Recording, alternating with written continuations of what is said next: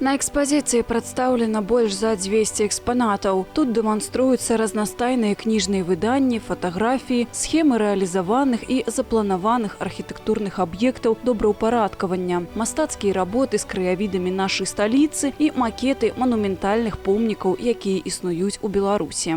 Также мы собрали работы студентов в художественных колледжах и архитектурно-строительной, именно исторические какие-то аспекты и какие-то современные модели городского пространства, чтобы также показать, как молодые люди, молодые художники через призму вот своего вкуса, своего какого-то взгляда видят Минск, видят любимые места. Панорамные виды Минска, представленные Белорусским союзом архитекторов, дают магчымасць зірнуць на тое, як пераўтваралася наша столица пасля заканчэння Вялікай айчыннай войны, якія архітэктурныя аб'екты планавалася ўзвесці і што ў канчатковым выніку атрымалася.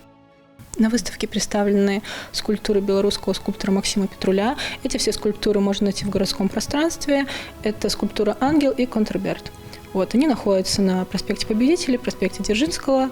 Также он был скульптором многих станций метро, таких как Малиновка, Грушевка. Наведаць выставу «Хронатоп столичных метаморфоз» у Нацыянальнай бібліятэцы Беларусі можна до 25 жніўня.